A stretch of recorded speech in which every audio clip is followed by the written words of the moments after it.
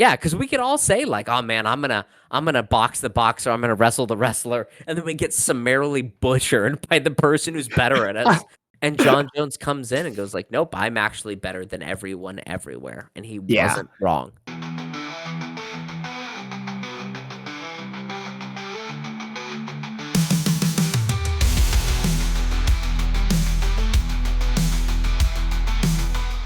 All right. Welcome to another episode of Two Fight Fans, where we talk about all things in combat sports. I'm one fight fan, Colin. And I'm the other Stuart. All right. In anticipation of UFC 309, we've done our picks, we've done our preview, but we're going to do a retrospective on the current heavyweight champion, Jon Jones, because this may be his last fight. Who knows? Who knows? Who knows whatever Jon Jones is going to fucking do? Most likely, he recently in a press conference called out Derek Lewis and Jamal Hill. And I got to tell you, I have like less than zero interest in watching that. But I've got 3 questions off the top, kind of set the table for Okay. Wow. this. All right.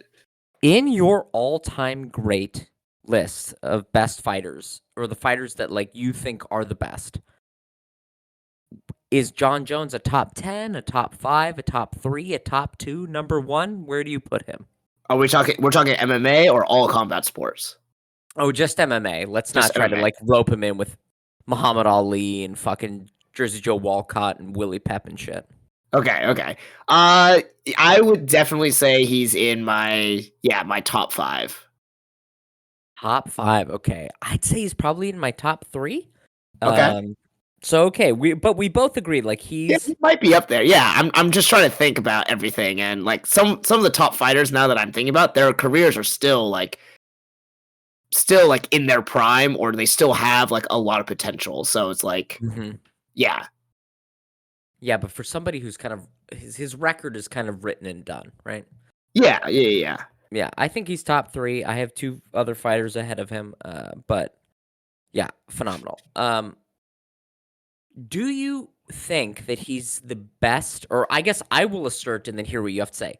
I think he's the best talent of like before any training, before everything else, just somebody with the God-given preternatural gifts. He's the best talent MMA has ever seen.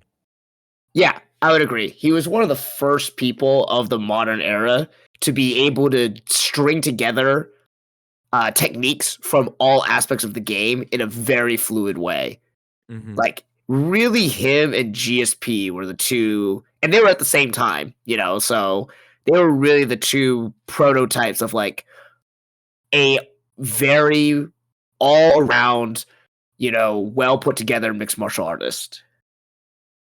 But in the vein of natural talent, where GSP and Jon Jones differ is GSP tirelessly worked in the gym every day for years and years, and Jon Jones had a known history of never training, partying ridiculously, and still coming out there and innovating fight after fight. Yeah, and I mean, let's not forget, he was born with like an insane physique for mixed martial arts. Yes.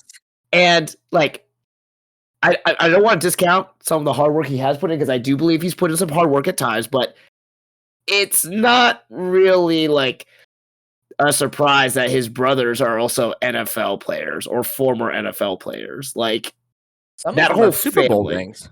Yeah. They're all like, very, very physically gifted. Yeah, the 0.01% of athletes. Yeah. I would say the only other MMA fighter that could stack up against him as a natural talent, regardless of work ethic or training specifics or anything else, would be BJ Penn, because both Jon Jones and BJ Penn had a well-known history of not training and not giving a fuck and still coming out there and putting the hurt on people. Yeah. So, okay, a top 3 or top 5 for both of us, but probably the number 1 most talented person ever to enter the sport overall. What what in like one sentence is the legacy in your mind of Jon Jones? Let's say he goes in there, win or lose. What is his legacy? And this is his last fight for you in MMA. Oh, he will always be. We've talked about this a few times with some other fighters recently, but he was the mark of like the new generation ousting the old, and the old generation being the people who like were champions for a period of time in the UFC or came over from other organizations like Pride. Like all the names that were like synonymous with greatness in the early days of MMA at the heavier weights, he took them out and made it look easy. When we go in more detail about what he's actually done, like just looking back on his record, it was like a very it's kind of like what we've talked about before with people like Ilya Topuria, where like they're kind of taking out all the champions and all of our favorite fighters from like a previous generation or from the past, and it's ushering in a new era of fighter, and that's what I will remember him for. Despite the fact that in recent years he has been fucking crazy, like man. just Is he like a heinous, detestable human being? Sure, but the one thing we can say is he was a captivating and really the gold standard of what you want for a generational talent to come through, to take the game by the scruff of its neck and just impose his will upon a division and upon, like you said, a generation. He not only beat the older generation, he beat his generation and the next generation. yeah.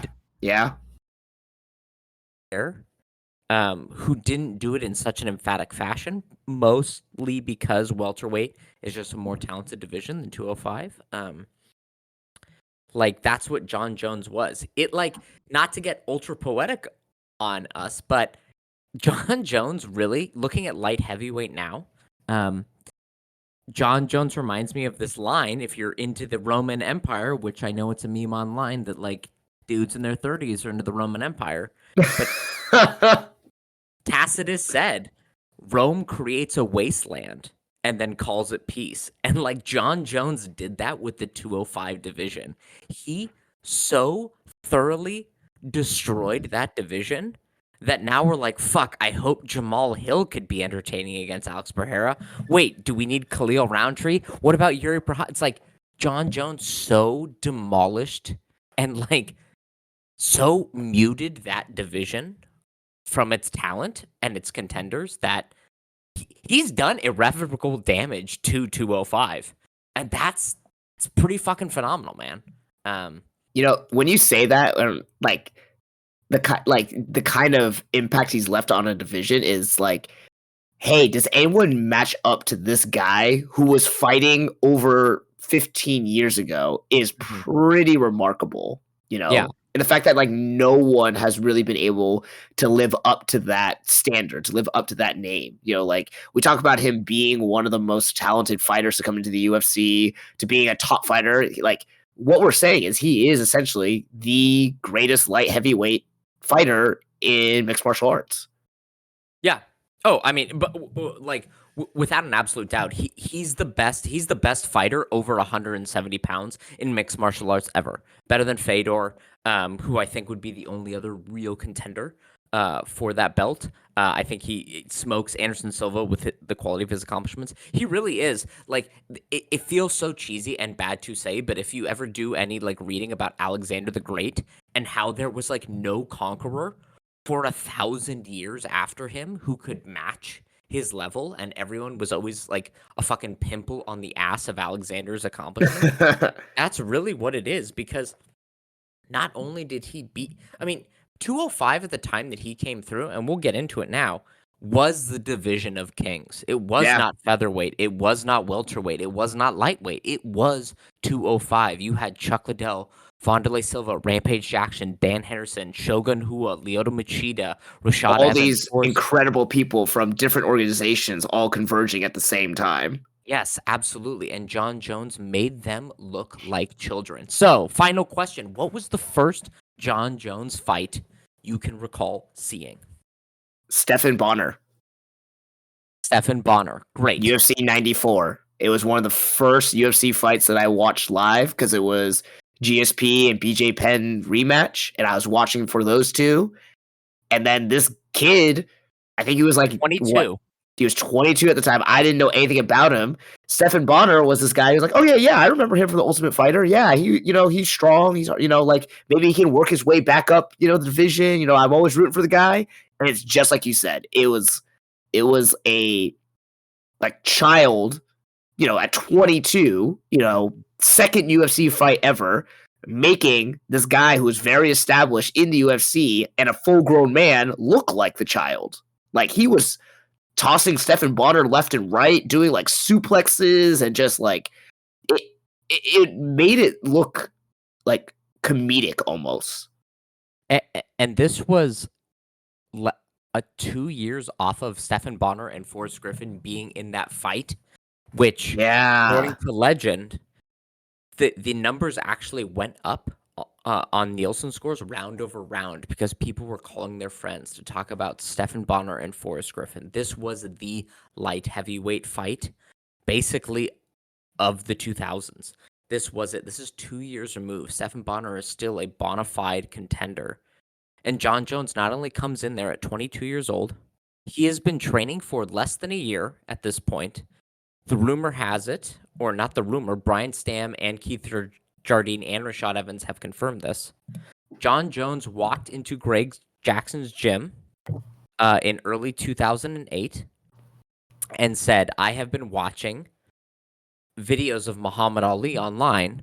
I'd like to train MMA because I think I can do what he did. He went into a advanced striking class despite never taking striking lessons.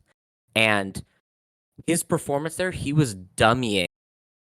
And Greg Jackson went over to Brian Stamm and Keith Jardine and said, I've got the next UFC champion. Both of those guys fought at 205. And they felt personally hurt by this, that Greg Jackson would say this. But he saw in the first class, and then 2 months later, Jon Jones is making his debut. And it's 7 fights before the Stephan Bonnar fight. You can find all of his first 6 online where he's fighting in Full Force Productions, Ice Fighter, Battle Cage Extreme. He's mostly fighting Jimmy John's part-time managers, but you can see immediately I think there are going to be 3 things I want to bring up about what makes Jon Jones so great. The very first one is the absolute creativity. Spinning elbows. You mentioned suplex. And I'm not talking suplex like just picking someone up. I'm talking about like a real suplex that you don't often see in fighting. Like the full back bend arch, slamming someone into the ground. Onto their neck. Like, yes. Yeah.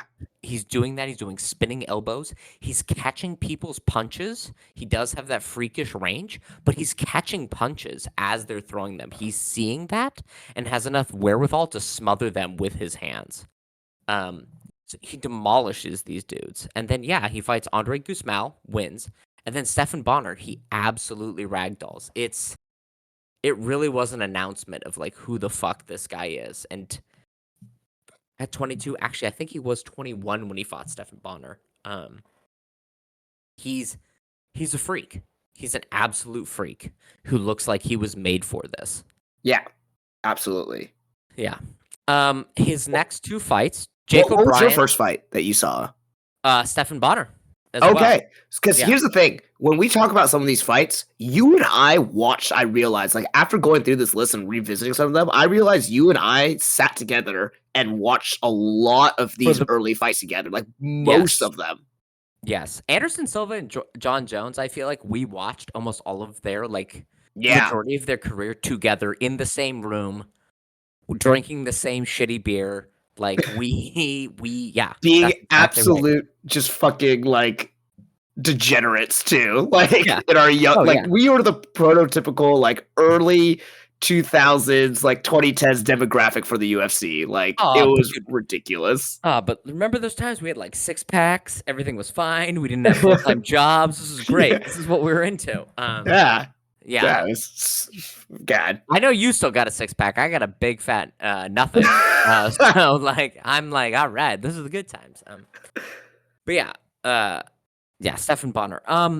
So Jake O'Brien, Matt Hamill, what do you recall from those? Because those are kind of moving up to the normal contendership. But Jake Yeah. O'Brien was at UFC 100, which is, again, Jon Jones has been on these kind of, like, major cards Yeah. overall. Yeah. And I think he was on the undercard of that one, right? Yes. Yeah. So I don't think they played it live. I think this was back when, like, okay, if some of the fights went quickly, they would play it on replay. And I think this was this one, right? I think so, Yeah. because Jake O'Brien was he was considered like the next big light heavyweight contender. I think he was a D1 wrestler. And he was meant to be like the big guy. And again, Jon Jones absolutely styled on him and just was out grappling him in every instance. And for somebody who didn't wrestle D1 collegiate wrestling, that was kind of like unheard of. I remember Joe Rogan or Mike Goldberg's brain kind of breaking, being like, "Well, Jake O'Brien's D1 though. Like he's supposed to be able to out grapple him." And Jon Jones just toyed with him on the ground. It Yeah. was crazy. Yeah, because I remember I saw him with Stephan Bonner, so I was like, okay, like this Mhm. one is like this is a young star. Let's see what happens. And then Mhm. at UFC 100, I wasn't expecting the fight to show up, and it was played on replay, or like it just came on in between a couple of the fights. I was like, okay, must be a quick fight because like we got another fight that's coming up pretty soon that they're just showing right now. Mhm. And yeah, he just made very quick work of Jake O'Brien, and Mhm. I honestly don't remember Jake O'Brien being like the next up and up or the next talked about guy. I just remember seeing this. I'm like, okay, like, yeah, this is that is pretty this kid, this Jon Jones guy, we should really keep an eye out for him. Mhm. Yeah. I mean, I remember Jake O'Brien being considered like very seriously. He was considered seriously even after this. But yeah, Jon Jones just storming through him. Yeah. And then he elevates to Matt Hamill. Matt Hamill, no one will remember, he was on Ultimate Fighter Season 3 and was a two-time Special Olympics or Deaf Olympics wrestling champion. Yeah. Yeah. Like a very good wrestler overall. And again, it was this thing of Jon Jones stuffing all of his takedowns, taking down Matt Hamill at will, Matt Hamill not being able to do anything. And then unfortunately, here comes one of the trends, which I said we have Yeah. three highlights of Jon Jones, but we also have three trends. Here's the first of those three trends. Jon Jones is a dirty fighter who likes to foul as much as possible. We will talk more about eye pokes and fucking groin shots later. But Matt Hamill, Jon Jones has him in full mount, and he is on top, and he just starts doing 12 to 6 elbows, and they are hellacious elbows. You're Yeah. not allowed to do that. I know in the Stipe fight you will be, but that ends up leading to a DQ for Jon Jones, which is his only loss on his record. And he also acted like he didn't know that those were illegal. Oh, and that's classic Jon Jones. How many times does he poke someone in the eye? He sticks his fingers out with his giant 84-inch reach, sticks his fingers out towards someone's eye, and the second they move forward slightly, he leans forward, and then they run into his fingers, and he looks at the ref like, they ran onto my fingers. They ran onto them. How could I have known? It's like, dude, you're holding your fingers like an inch from their eyes. Like, what are you talking about? No, Jon Jones loves to get to foul and then think that he's being a little stinker and get away with it. Like that's a classic Jon Jones move. Again, we kind of said it off top. He's a piece of shit, right? Like he's a piece of shit, and that takes place in his fights too. So he does have this loss to Matt Hamill, DQ, illegal elbows. Dana White is apparently on the crusade, and now that the 12 to 6 elbow are legal. Which I think they always should have been, right? Like, they always should have been legal. But if they are legal, you shouldn't do them, right? That is cheating. This will probably be overturned into a no contest. So, do you remember anything from this Matt Hamill fight?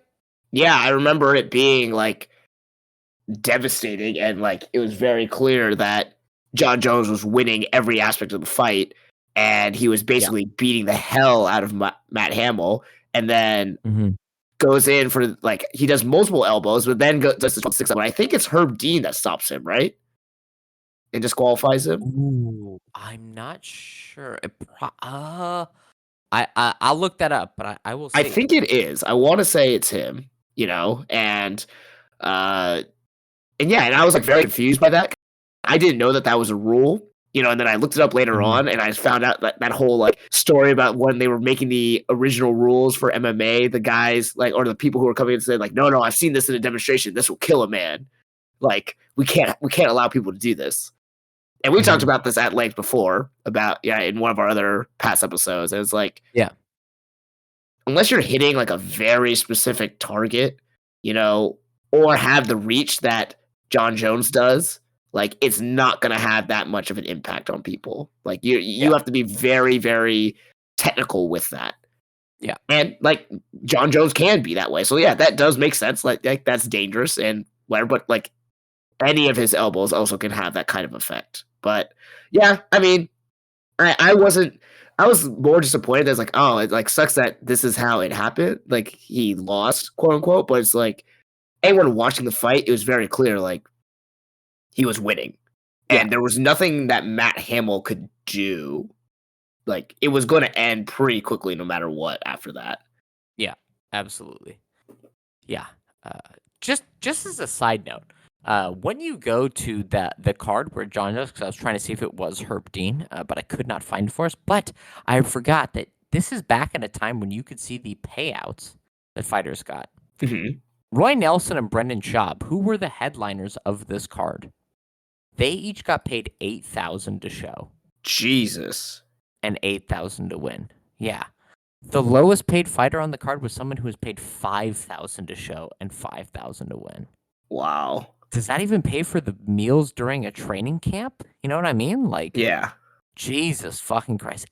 And you're the headliner of a card, and it was Tough 10, the heavyweights, like the most highly rated Tough season since, like, Tough 1. yeah. 8,000 to show, 8,000 to win. Golly. Anyway, we're not going to get into fighter pay right now. So let's talk about his quick ascension. So that's in 2009.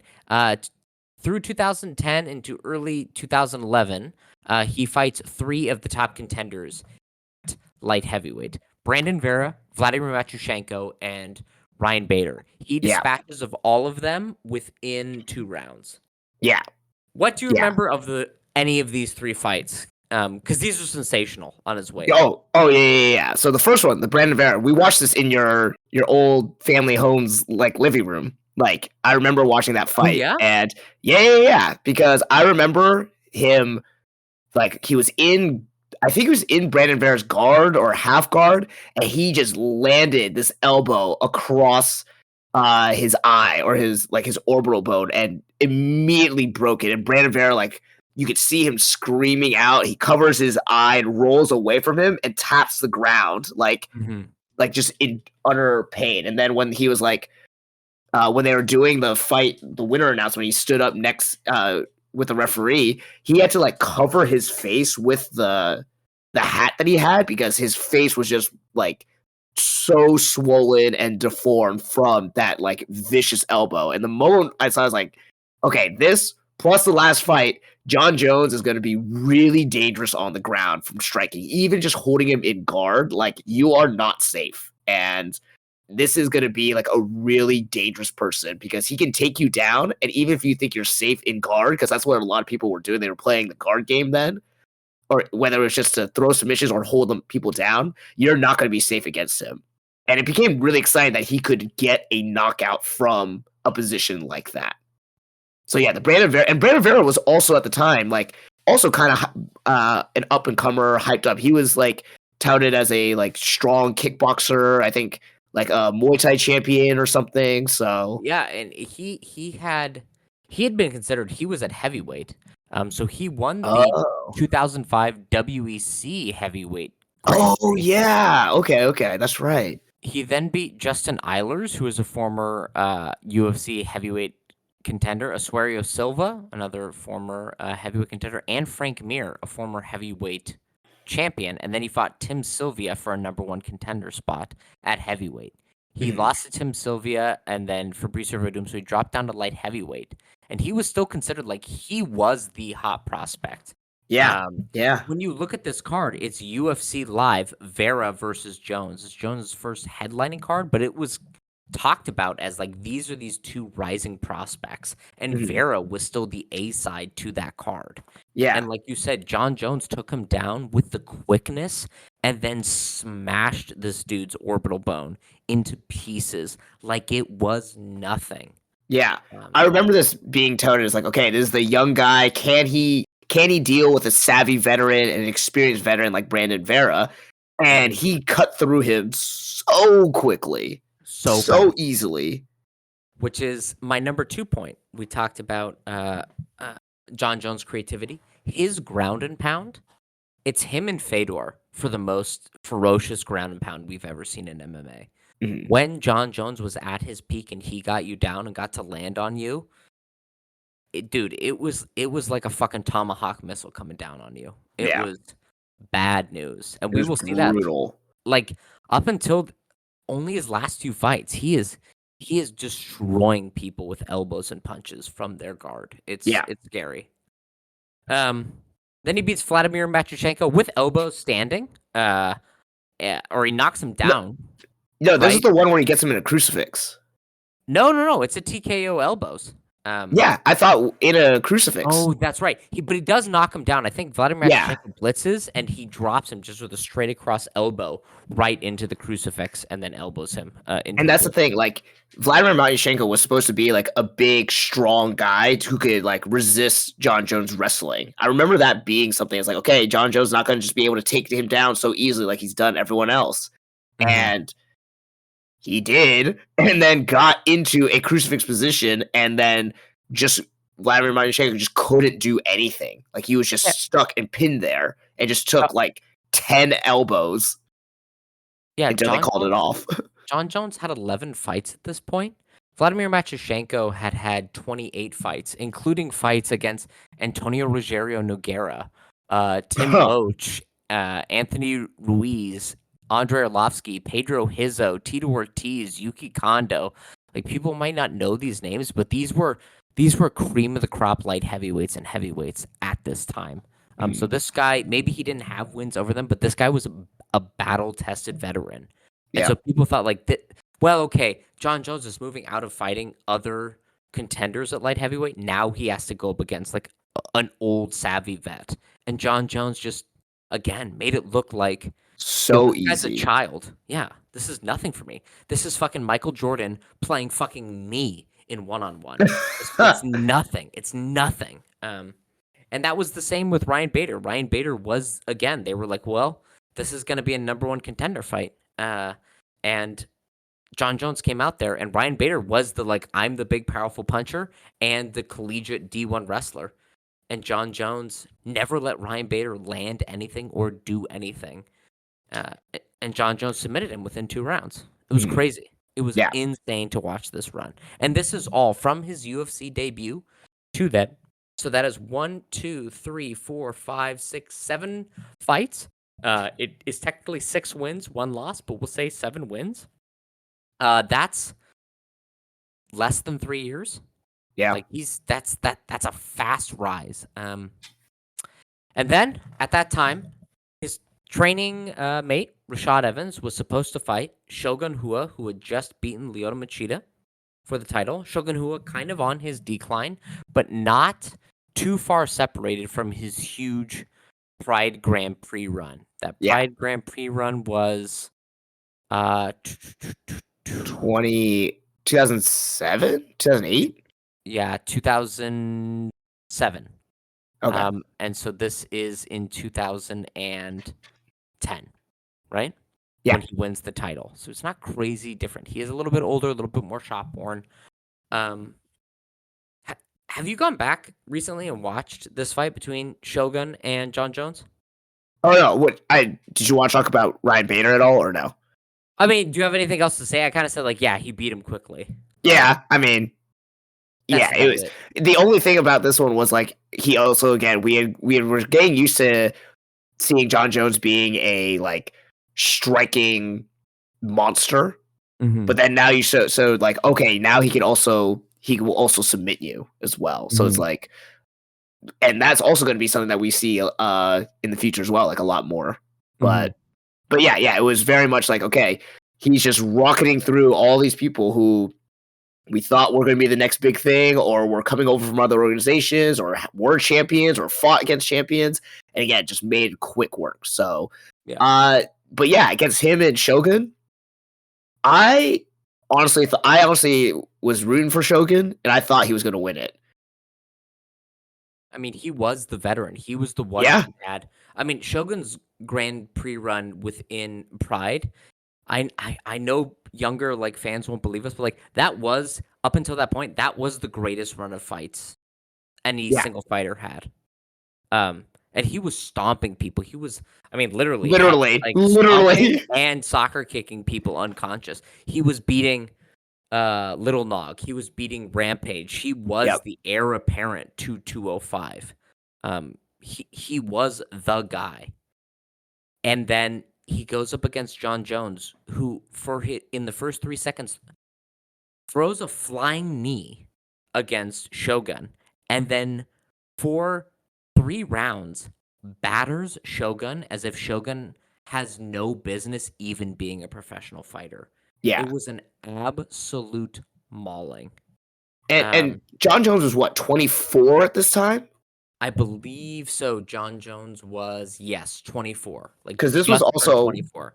and he was like being said as, okay, this is the youngest champion, the youngest challenger, Mhm. to possibly achieve UFC gold against, again, another thing that we've been talking about, a savvy veteran, a Yeah, battle tested veteran, yeah. someone who is like, when you saw what Shogun could do, like, you were terrified of like what he would do against anyone.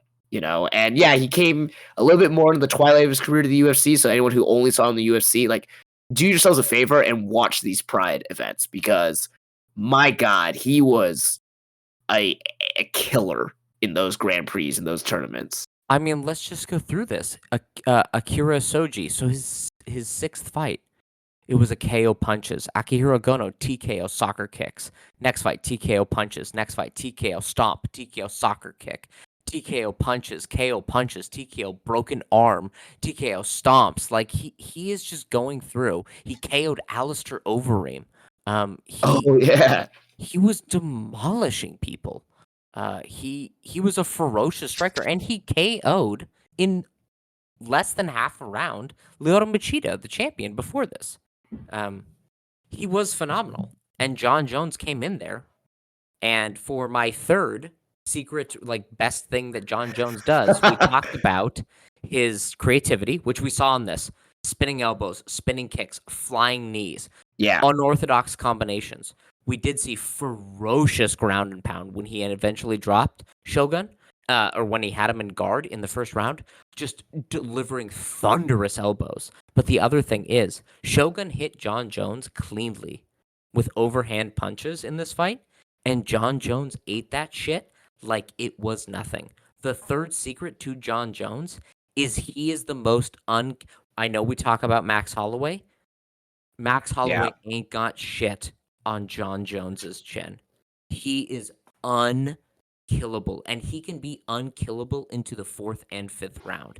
He yeah. is just there. He is more durable, and his cardio lasts longer than anyone else, man. He is just there and will always be able to take your shit. It was phenomenal. It was like kind of a truly transcendent performance. This is, I mean, it's what's the closest thing that people can imagine now? Um, In I mean, fighting terms, yeah, it's Ilya Taporia beating Max. But it's not even that because Max and Ilya were very close. This would be like if Ilya Taporia came out and just stormed through Max, and Max had nothing to give him. yeah, Um, yeah. it's it's the way we see I mean, Hamzat go through people, right? Like I it's mean, it is kind of like Topuria against Volk, because Volk yeah. didn't do anything against him, and like how quickly that happened too. Mhm. Like, I didn't think that was going to be the result. And Yeah. yeah, It was like Khabib-esque, right? Like when people think about Khabib, it's like Jon Jones had not Like, up until this point, besides his DQ, he didn't lose rounds. He was just destroying these guys. And remember, he started training at the beginning of 2008. We're now at the beginning of 2011. This has only been 3 years of him training. And supposedly, this motherfucker ain't training on his off time. This motherfucker ain't even doing a full camp. He's doing like 3 or 4 weeks before and just doing however he wants to do. He's mostly living in Albany and going to like college parties and doing, well, something. We won't say illicit drugs, but he's partying. Well, the test would say that yes, that is what he was doing. Yeah, he likes Coca-Cola. Right, like he's yeah. This guy's not training, and he's making your heroes look like absolute jabronis.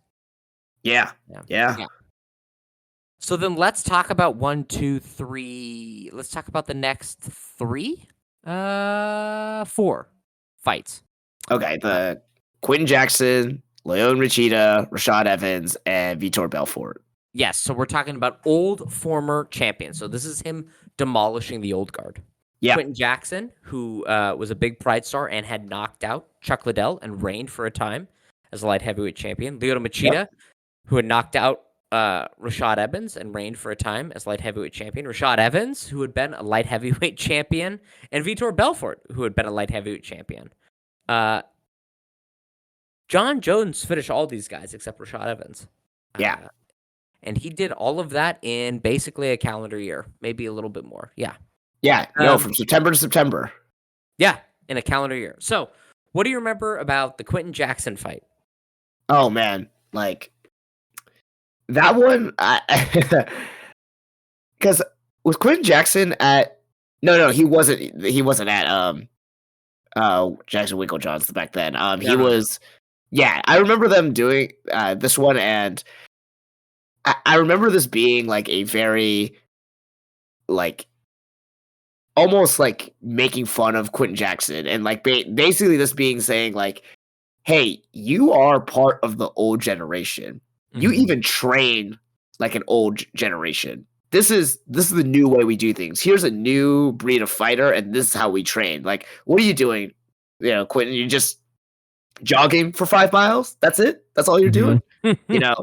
And yeah, same thing. Like it was one of these ones where like I don't think Jon Jones was ever in danger per se. No. But it was definitely one where like there were moments where Quentin Jackson like tried to do what he did before, but it was very much Jon Jones just being able to neutralize it very easily. Like Quentin Jackson was known for being very aggressive and just kind of bull rushing people with strikes and just like power and size. But Jon Jones was able to like jab away, like use his footwork to kind of dance around him, and then eventually take him down like pretty easily as well. Mm-hmm. You're missing 2 key components of this fight, Colin. Oh, tell me. Number 1, this is where we get the classic. This is the beginning of Jon Jones's classic eye poke. Oh, yes. Okay. Holding his hand on top of Quentin Jackson's head, like the big brother kind of holding back the little brother. And then anytime the person pushes forward or tries to slide, just let your hand kind of rake down in their eyes a little bit. Quentin Jackson complaining endlessly about this. That's right. That's right. Just being like, oh, I've got you at my range, and anytime you push forward, I'll just drop my pinky, like, 2 centimeters, and it's right in your eyeball. The other was, this is the first time that we saw Jon Jones do that oblique kick that he does straight to the opponent's knee. And because Quentin Jackson doesn't know how to distribute his weight well, or didn't at the time, I mean, he was very good at like delivering power shots. He knocked out Chuck Liddell, for God's sake, and nearly knocked out Dan Henderson, 2 like legendary chins at the time. Rampage Jackson got his knees hyperextended routinely throughout this fight. Jon Jones kept peppering those legs and hyperextending his knees, and then when Quentin would try to blast forward, he'd get a poke in the eye and then run directly onto an elbow. This was, again, a very classic, like, let's get into the psychology of Jon Jones. We're trying to praise him, but, like, he's got big, like, I like being the big brother energy, Yeah, like, I like to bully. Yeah, and he's even said in his thing, like, I don't want to fight guys that outweigh me a bunch. He doesn't like he doesn't like feeling like the little brother. He doesn't like. He's talked about when he trained with heavyweights for wrestling camp, because now he primarily trains with light heavyweights and middleweights. Mhm. And he did that for most of his career. He didn't like training with heavyweights because he said, like, when you get stuck underneath them in guard, it's very uncomfortable, and I hate that feeling. Jon Jones hates feeling like the littler man, and he's always been the bigger, rangier guy, and he loves acting like a kind of a bully and a big brother, and like holding you by the head and being like, I have longer arms and you can't reach me. And that's exactly what happened in this Quentin Jackson fight. Just like constantly kicking him in the knee, and then Quentin Jackson complaining about it. But like, also remember, like, Quentin Jackson was coming off of the win over Chuck Liddell and Dan Henderson, right? Like he just KO'd Wanderlei Silva before this as well. Like he was looking good. Yeah. And yeah, Jon Jones, again, another like light heavyweight like veteran. He just beat him pretty easy. Yeah. Nothing. And he got to just kind of play around in the cage with him. Yeah, pretty impressive. Pretty impressive. Oh yeah. And then he goes on to fight Lyoto Machida. Like, what is that? 3 months later? Yeah. Lyoto Machida. Not even. Like, again, when we're talking about light heavyweight now, it's like, dude, Quentin Jackson hits harder than most people at light heavyweight right now. Like, Yeah. I would pick him in his prime to probably beat most of the good light heavyweights. Lyoto Machida, nobody has a style light heavyweight like Lyoto Machida now. Like, Yeah. actually legit footwork and good darting in and out karate movement. And that was what they were saying. Like the speed and technical precision of Leonard Machida is going to be one of the toughest tests for him, because he's never had to deal with someone who had that kind of explosiveness. And that like in and out footwork, right? It's like, Yeah. well, he's fought really good wrestlers and really heavy punchers and good Muay Thai guys, but this is so unorthodox. What the fuck is he gonna do? And Colin, what the fuck did he do to Lyoto Machida? Man, I remember watching this one, and I think we were both sitting there together on this one. Yeah. And when he, Yeah, we're at your house, I think. Yeah, I think so. And like, I, I I don't remember a lot of the early parts of the fight, but just when he snatched onto that guillotine and he just grabbed a hold of him and lifted him basically off of his feet and up against the cage, like basically just holding him up, kind of like you would see in like a comic of like the big bully grabbing his kid by his like shirt and shoving him up against the lockers. That's basically what he did, but with a guillotine choke. Yeah. And choked Lyoto Machida unconscious and just dropped his unconscious body to the ground and walked off. Like what you're saying, like being the big brother or bully mentality, that is definitely that kind of shit right there. And here it comes to the secret part about Jon Jones, which makes him, yes, he's a preternatural athlete. Yes, he's creative. Yes, his ground and pound is phenomenal. Yes, he has the durability like no other human has ever had in MMA. The real secret to Jon Jones is that this guy's a fucking sociopath. This guy delights in harming people. That shit, he grabbed him and twisted his neck in that guillotine, because it wasn't just like a straight under the chin guillotine. He was turning his chin as well, so that his neck was gonna get snapped. He grabbed his own hand and pushed upwards, like with the heel of his hand, and pushed, like, rather than like cinching upwards, he grabbed and shoved upwards. Oh god! And then just dropping his lifeless body and walking away, so proud of himself for having absolutely crumpled this man. Yeah. And I was like, I think that was the first time I really understood. I was like, whoa, this guy's crazy. This guy does legit want to hurt people. Both of us were like quiet at that point, not because we were like shocked what happened, but just like the implication exactly of like what you said. Just like, what are we seeing here? Like, what is going to happen in the future with this guy?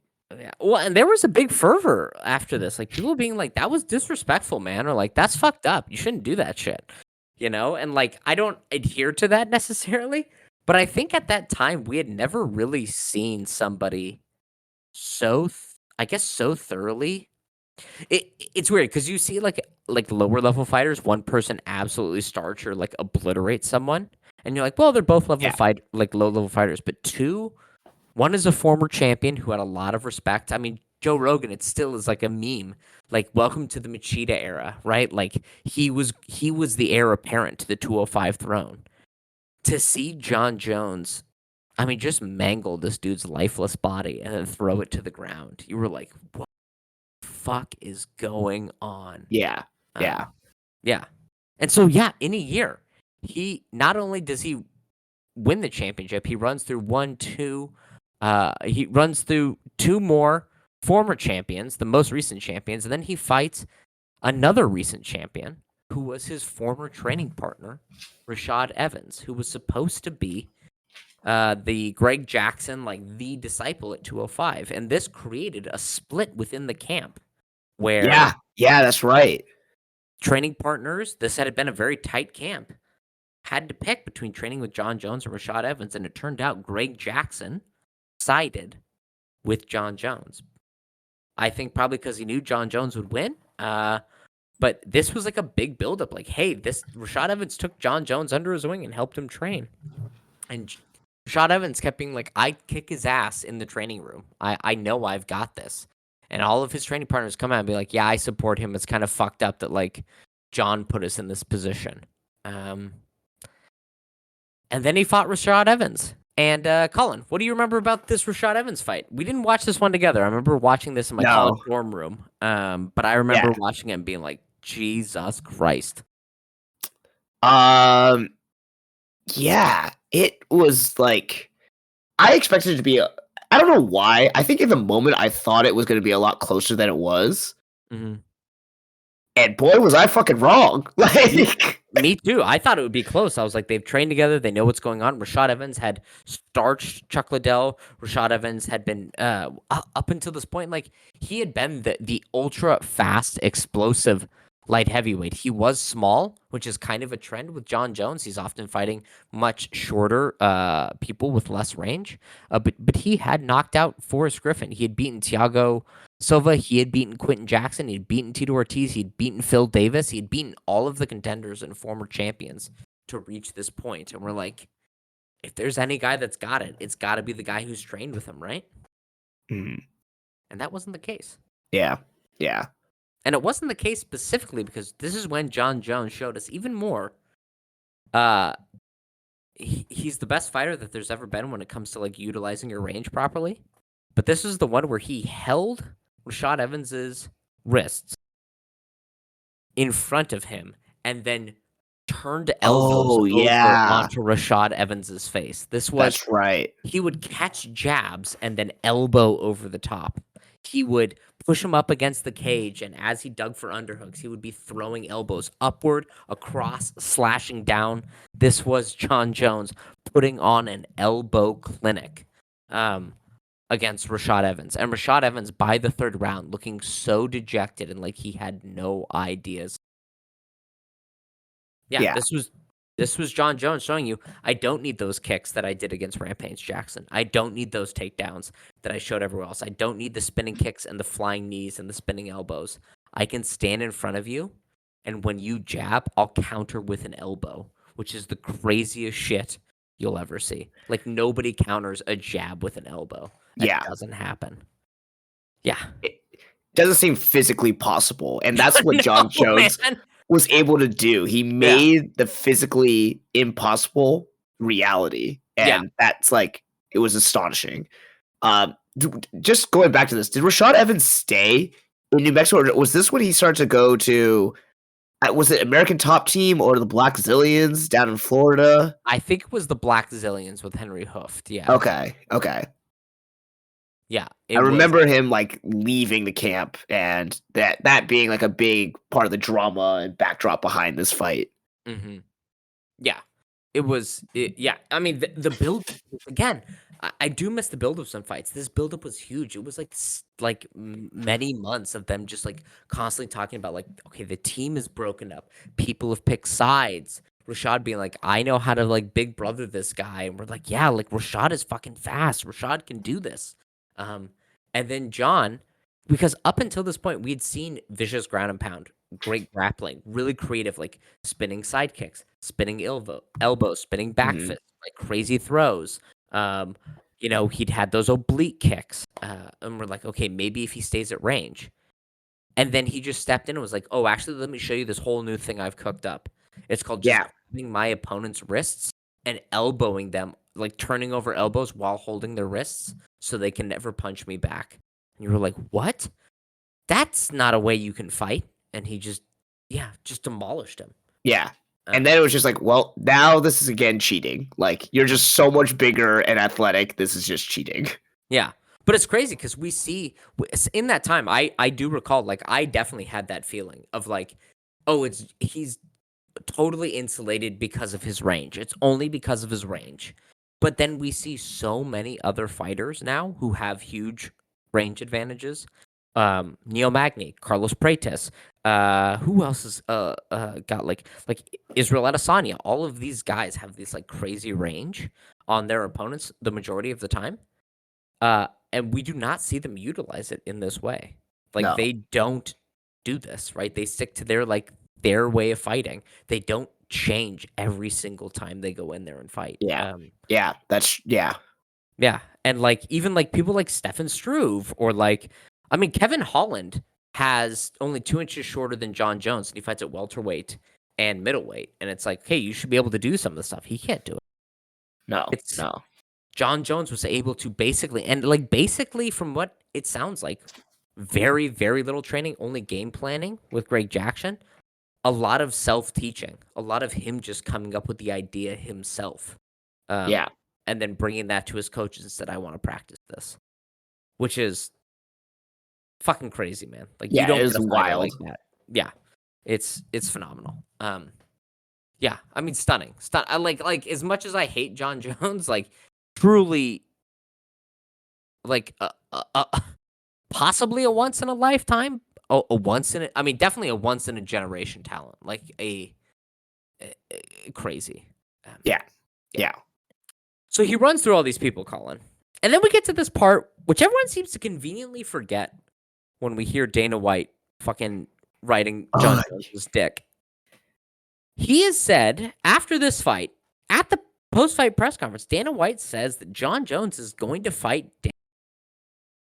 Dan Henderson, is right? the guy. He is the guy to do it. It's Yeah. meant to take place at 151. I think it is a week before the fight that Henderson pulls out due to injuries.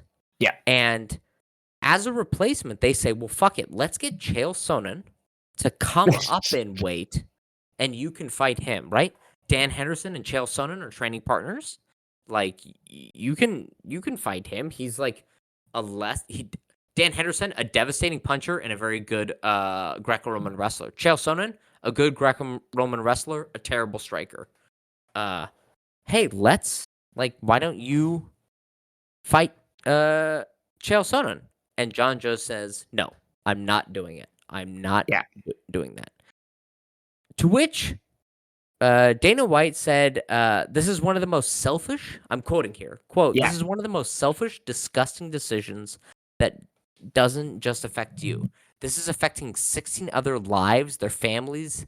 Kids are going back to school. The list goes on and on of all the things. The money that was spent on fighters to train, the list goes on and on. Like I said, I don't think this is going to make Jon Jones popular with the fans, sponsors, cable distributors, television network executives, or other fighters because they end up canceling the card because of this. Now, Dana White's totally unfair. Pay those other 16 fighters, like just because Jon Jones falls out, like that's you're allowed to still pay those people, but he didn't. This ended up being this thing where Dana White, from this point on, routinely said that like Jon Jones doesn't take fights. Jon Jones ducks people. Jon Jones is extremely selfish. That narrative has now changed randomly. Yeah. Like over well, not overnight, over like 3 years, but there was like no talk of Jon Jones, and suddenly when there's talk of Jon Jones again, Dana White's like, yeah, he's the greatest, he's always stepped up, he's a company guy. I'm like, nah, come on now. Like like it's never been the case, and it's such a weird thing that you would say that. But so this is the first kind of like we're noticing that things are going wrong between Jon Jones and his UFC relationship, right? He's been this kind of like star guy who goes out there and demolishes people. And Yeah. then, and it was so weird. I don't know how you felt, but as a fan, I was like, dude, you're not going to fight Chael Sonnen? Like, Chael Sonnen's not going to be able to do anything to you. Like, what are you talking about? Like, Dan Henderson is a much tougher fight. Why would you not fight Chael Sonnen? Which is a point of how Jon Jones fights. Apparently, he doesn't train really ever. Like Jon Jones is one of those people that like gets away with like a 3-week fight camp and then not training until the next fight. But what he does do, he's a very good like film study guy. He can sit down and pick like strategies and their techniques and like their common tactics really quickly. So much so that Greg Jackson and his team that would usually do that for George St. Pierre, Keith Jardine, Rashad Evans, Nate Marquardt, they said they actually just leave it to Jon Jones. They don't actually do it because he's better at it. That's wild. Yeah, he's just got a mind for it, man. And he didn't want to do it because he hadn't studied Chael Sonnen. So they reschedule it, not like much later, only like 2 months later, for UFC 152. 151 is gone. It never actually happened. It's a good trivia for all you fans out there. Ask who the headliner of 151 was, or like who won knockout of the night at 151, because there was no actual fights then. But he fights Vitor Belfort. And this was at a time, Colin. Do you remember TRT Belfort? Like just how like insane he was. Yeah, of course, man. Of course. Yeah, man. This was prime TRT Belfort, and the UFC had come to Jon Jones before this fight and said, "We're not going to drug test Vitor Belfort. We're not doing it. We're just gonna let him have." Basically, what Vitor had eventually gotten caught for was 13 times the normal ranges of testosterone in his body. What we want is what a manly man right there. Just juiced out of his mind. What do you remember about this fight between Vitor Belfort and Jon Jones? Because it was the closest Jon Jones came to defeat in his entire run. Up to this point, yeah. And this was the one where, and it was in a way that no one expected, because Vitor Belfort was known for this very fast, aggressive, like explosive puncher, you know?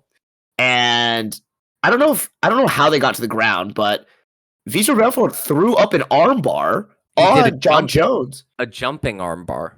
They clinched up and he just jumped for an armbar. Oh, and then at one point, Jon Jones is like full arm is fully extended, like he's locked in it.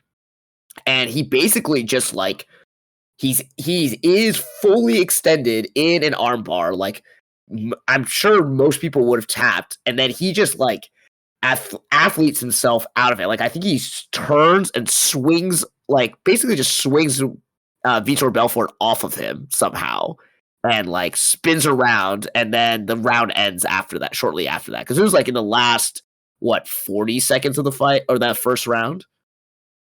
That armbar happened. Yeah. It was like pretty close to the end. Yeah, and his arm was like fucked for like the whole like fight basically. But after that, then like Jon Jones basically took over, and I think submitted him with a Kimura or something, or it says a key lock, but yeah, it was an Americana or a shoulder lock. From guard. It was. Yeah. It was this thing where, like, Jon Jones clearly looked like he didn't take Vitor Belfort seriously. Kind of lackadaisical in the first round. Vitor jumps for it. Jon Jones does get in an armbar, which looks like anyone else would tap. And he just goes, like, I'm not going to tap, and then gets out of it. Basically can't use the arm for the rest of the fight, but still, I mean, basically, Vitor Belfort had zero success anywhere else after that. Yeah, like, he just keeps... And then he eventually takes him. I mean, he keeps taking him down. He's doing a lot of his instep kicks. He's doing a lot of jabbing and body work.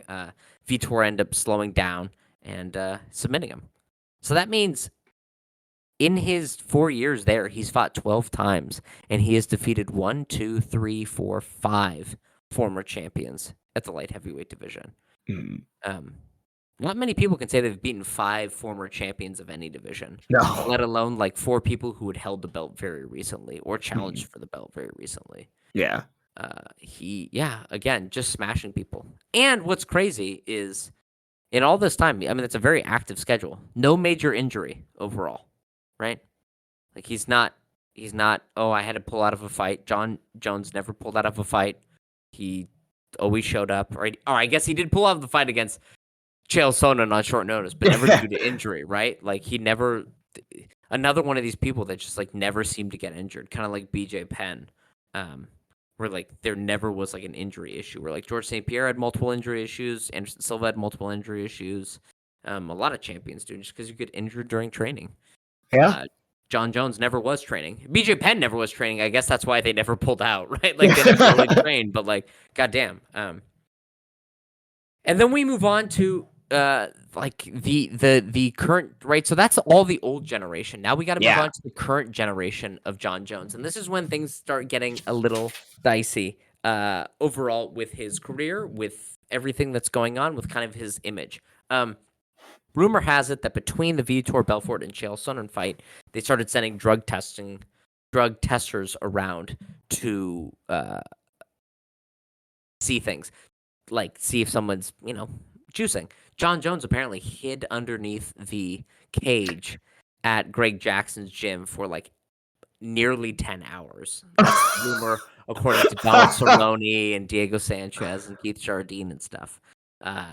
Terrified to get caught before this fight. He ends up actually fighting Chael Sonnen. Chael Sonnen, I think, had lost to Anderson Silva 2 times at this point, and decided to move up to 205 and could say, like, hey, he was ducking me. He pulled out of 151, and so then they ended up making this fight. This was a silly nothing fight. Yeah. Loses instantly in, like, the first round. Has nothing to do with it. But what had happened during the takedown that Jon Jones... Yeah, did his toe, like, blow up? He degloved his big toe. Oh, yeah. On a takedown against Chael Sonnen, which means if Chael Sonnen had lasted 27 seconds longer, he would have been the champion. Because Jon Jones wouldn't have been allowed to continue. Ain't that crazy? And Jon Jones didn't know about it until Joe Rogan pointed it out at the end. Like, what happened to your toe? Oh, my God. Yeah. Then Jon Jones, what? Oh shit! Like, yeah, go look at it. He like breaks his toe and then it degloves like on the mat as he's pushing for a double leg. Yeah, it's rancid. But yeah, this was a nothing fight, and Chael Sonnen would come out later and be like, when I locked up with Jon Jones, he was the strongest person I had ever felt. Mm-hmm. And Chael Sonnen was like with Matt Lindland and Mark Coleman and like Olympic level wrestlers, guys who have that freakish grappler strength. Yeah, which is hard to quantify. Like go grapple, go do some grappling. Like you're gonna lock up with an 113-pound woman who has grappling strength, and you're gonna feel like she's going to throw me through the window. Like there's just a different level of strength. That's a real thing that happened to me, man. I like locked up with this tiny little woman, and she grabbed my tricep, and I went, "Uh-oh, she's gonna rip my tricep off my arm." Like I can't. Like they just have a different strength. And Chael Sonnen, a lifelong wrestler, training with Olympic hopefuls. Collegiate, like he was a collegiate wrestler, he was a high school, like he was like Jon Jones was the strongest person I ever locked up with. Which, is that natty? Probably not. Actually, we know definitively it's not, but that's okay because nobody was natty at this point. Like, and he's better than everyone else. So that's the old guard. He's now moved past that. Now we're entering his own generation. Yeah. And there were really only 4 people in his generation that mattered. That was Alexander Gustafsson, Daniel Cormier, Rumble Johnson, and Glover Teixeira. That was it. We never did get that Rumble Johnson fight, which we'll talk about a little bit later. But next up, he fights Alexander Gustafsson. Colin. Yeah. This won Fight of the Year in 2013 and was one of the most phenomenal fights I think I've seen at light heavyweight. Tell everyone who hadn't seen it, what was it like? What was it like seeing this? Man, and it was one of the first ones where actually we saw Jon Jones in like a back and forth fight where like he was in real danger. Aside from the like that one moment of like being caught in that armbar against Vitor Belfort and like the weird like toe injury. This one was actually it was a 5-round fight and it was going back and forth. Like he actually dropped rounds. Until that point, I don't think really Jon Jones lost any round like definitively, you know? Mm-hmm. Yeah, And I think he had lost 1 round on 2 judges' scorecards to Rashad Evans. okay. And that was the first round. But that's again, that's of 17 fights. He's never lost, or no, more than 17, 19 fights. He's never lost a round. Yeah. Yeah. And it was back and forth and it was very much like it was one of those like we've talked about it before, like a blood and guts affair. Now none of them like got seriously injured from it, but it was definitely like they were bloodied up, they were bruised afterwards, and it was the first time that we saw like when we went to the decision, we're like, we don't know what's gonna happen. Like one, Jon Jones hasn't really been to a decision, and when he has, it's been very obvious like that he won. Yeah. And I remember this being like I think we call each other like who'd you have this scored for? Like, did you have this? Did you have that? Like, what would you have? And I think this was one of the first ones where we had the argument where I think it could go either way on this one. Yeah, absolutely. It was his 4th decision in his career of 20 fights. Yeah. It was, and his only a second. Rashad Evans was a decision, but he won on 1 judge's scorecard all 5 rounds, on 2 judges' scorecards 4 4. of Yeah. This was a 3-2 for Alexander Gustafsson. Or against Alexander Gustafsson. It was the most blood and guts fight. It was somebody of equal height and almost equal range boxing Yeah. him up. It was the first takedown Jon Jones ever gave up, off of which we will begin to notice a lot less kicks from Jon Jones after this in kind of response to that.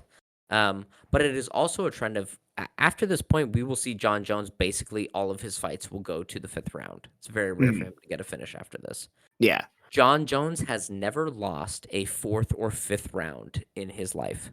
Whoa. If he does lose a round, it will be in the first 3.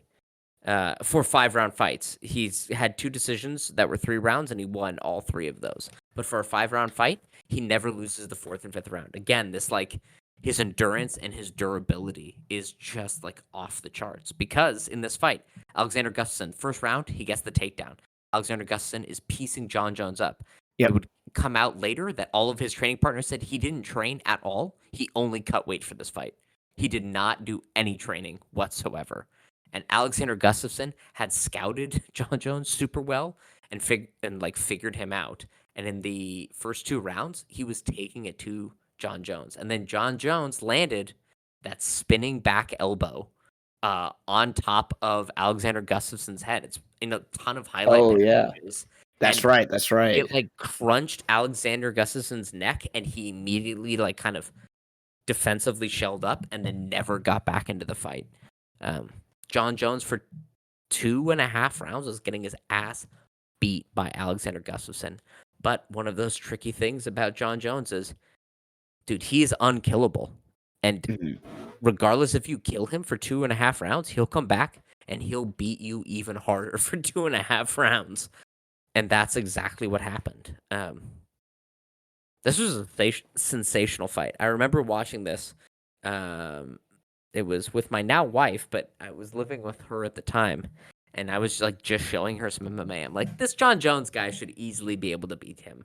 Like, well, Alexander Gustafsson, I had seen Alexander Gustafsson live beat Shogun, but I was like, whatever. And then this ended up being like the most engaging fight of the year because it was like, holy shit, look at this.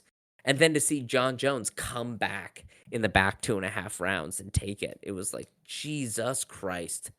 What, like, he showed the heart of a champion. He showed the savvy of a champion. He showed the grit of a champion. And it's such a cliche thing of like wanting it more, but like Jon Jones in a sociopathic way, like a pit bull on a chew toy was like, I'm not letting you get this chew toy away from me. It was the best fights of all time, I think. Yeah. I think that would be an easy statement. Yeah. I mean, everyone should it was a classic fight, and Yeah. it's kind of overshadowed by their rematch because like it ended so like decisively. Hmm. But if you watch this first one, because this was like, this, I mean, and it won a lot of fans on Gustafson's side. I Hmm. became like an instant fan of his, Absolutely. after it too. So Yeah. It was, yeah, it was phenomenal. yeah. eh, ah, so, okay. Uh, uh, uh, Alexander Gustafsson, to divert from Jon Jones, is he the biggest bridesmaid, never the bride, in MMA? Because he gave Oh, both Jon Jones and Daniel Cormier their hardest title defenses at light yeah. heavyweight. Yeah, Like, he's never won gold. Yeah. if Yeah. those two dudes weren't there, and he was 3 rounds to 2 losses, and it was a split decision, I think, the first time. Oh, no, it wasn't. It was unanimous for Gustafsson, against Jones, but split against, oh, no, it was unanimous against Cormier, but 3-2 on all judges. It's like, I can't think of anyone else who's been, like, closer to defeating the champions and then just never quite got there, you know? Yeah.